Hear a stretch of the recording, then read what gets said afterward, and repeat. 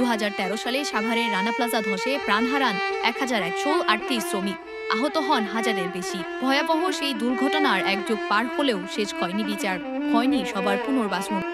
আমার মায়ের জন্য আমি কোনো গার্মেন্টসে ঢুকতে পারি না, গার্মেন্টসে কাজ করতে পারি না। গার্মেন্টসে গেলে রানা প্লাজার কোনো লোক নেওয়া যাবে না, রানা প্লাজার লোক কাজ করতে পারে না, মাথার সমস্যা, মাথার সমস্যা। সকাল থেকে রানা প্লাজা ধসে দোষীদের ফাঁসি এবং আহত শ্রমিকদের পুনর্বাসনের দাবি জানিয়ে বিক্ষোভ করেন বিভিন্ন শ্রমিক সংগঠন। পরে সাভার বাজার বাস স্ট্যান্ড ধসে পড়া রানা প্লাজার সামনে অস্থায়ী শহীদ বেদিতে ফুলের শ্রদ্ধা নিবেদন জানান তারা।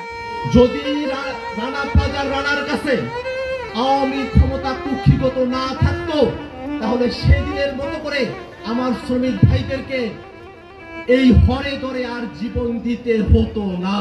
এই সময় ভবন মালিক সোহেল রানা ছাড়া সব আসামি জামিনে আছেন। অভিযোগ করে বিচারিক দীর্ঘসূত্রিতায় হতাশা প্রকাশ করে নিহতের স্বজন ও আহতরা। পাইলাম না ক্ষতিপূরণ, পাইলাম না সুচিকিৎসা, পাইলাম না ন্যায্য বিচার। কিছু কাজকর্ম করতে পারি না, আমার এখনো মাথায় সমস্যা আছে।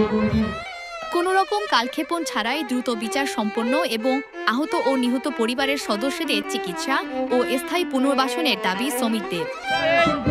স্পেকট্রামের 20 বছর এবং রানা প্লাজার 12 বছর পূর্তিতে আমরা বলতে চাই এই সকল হত্যাকাণ্ডের বিচার এবং ক্ষতিগ্রস্তদের পুনর্বাসনের দাবি করি আমরা এখান থেকে।